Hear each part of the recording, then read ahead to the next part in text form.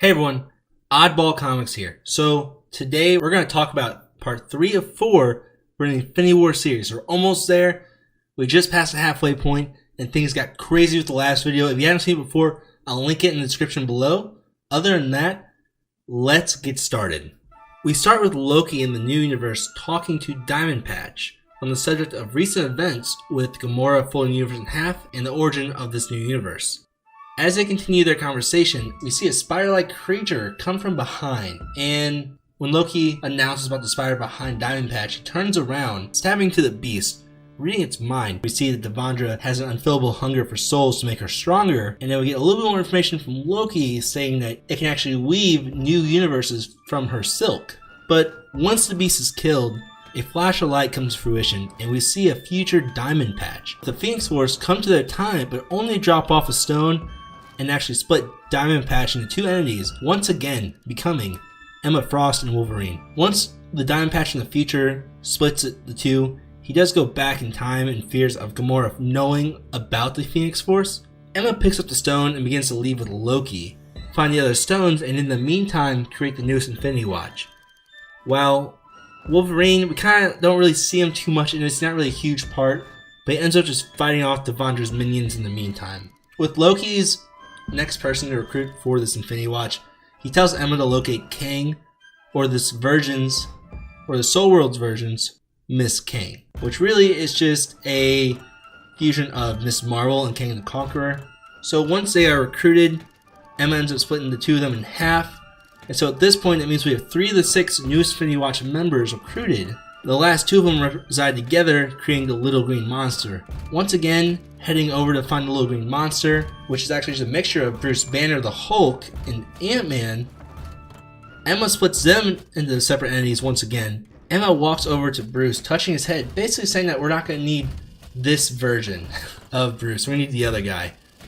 She ends up enraging Bruce, turning him back into the Hulk. With Loki telling them the plan for each to use a stone because of their specialties. The last person they need is actually Adam Warlock, the original holder of the Soul Stone. And with Emma searching for him, Kang opens a portal to find actually Adam fighting Devondra alone. So Miss Marvel jumps in, going for the legs, wrapping around them together, as Hulk jumps up to punching Devondra. But after his first swing, Devondra ends up swallowing him whole. After that, Emma tells Ant-Man to literally jump inside Devondra. Once Ant-Man is inside Devondra, he grows until he bursts through her stomach, releasing Adam and the Hulk. But the wind doesn't last for too long, as we see her body starting to regenerate. As we watch this body regenerate in the background, Adam and Loki begin to argue about who to stop first, Devondra or Gamora. As they continue to argue, Emma Frost sends out a telepathic message calling all heroes. With the message out, a bunch of crazy heroes come to the call ready to stop Devondra. First, we see Soldier Supreme, then Arachnite, then Weapon Hex. As the rest of the heroes begin to show up. See, as the fight continues, we see Gamora trying to power through the barrier that lies beneath the quarry creation. As in, we see the Watchers from above observing what's going on and actually recording what would happen next. But once the rest of the Infinity Warp's heroes arrived, in the middle of this battle, we see Adam talking to Soldier Supreme, trying to formulate a plan to save both of their realities. But in the meantime, we do see Loki and the new Infinity Watch split from the fight, searching for the other stones, and what they end up running into is actually an old treehouse where we meet a very young Gamora that the Gamora from our universe created to watch over this universe's stones. So as Emma climbs up to the treehouse, she asks for the stones. She ends up handing them over, not really knowing what they are, but truly are thinking they're just fun rocks. So instead of giving the stones to someone who is really proficient in one area, like Hulk with power and King with time, he switches them up because these new stones work like a circuit, so they can be amplified by other people's proficiencies. Like what we saw with Star-Lord shrinking the Power Stone using Mind Over Matter back when it was the size of a mountain. And really, we've been hinted at this whole time.